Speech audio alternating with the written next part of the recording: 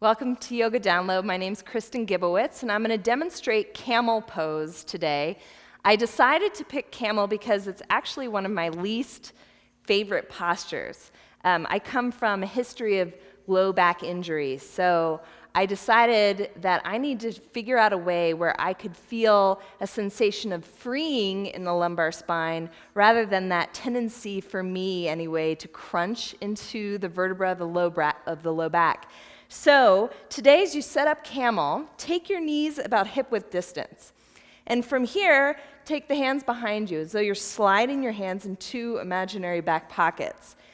I want you to stack the hips over the knees. What we see in a typical class are people leaning back because they're more interested in holding on to the heels to make it look like that, Cirque du Soleil student down the row in the front. So what I want you to be mindful of is that the hips will stack over the knees, and structurally, that's where you need to stay.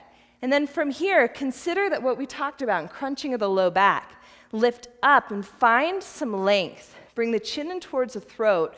Take the shoulders down the back and the elbows in towards one another. And it's from here that you begin to shift the gaze upward.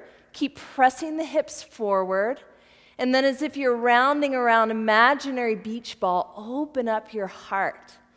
And only if you can keep the hips where they are do you reach back for the heels. And then open the throat. Find fire breath.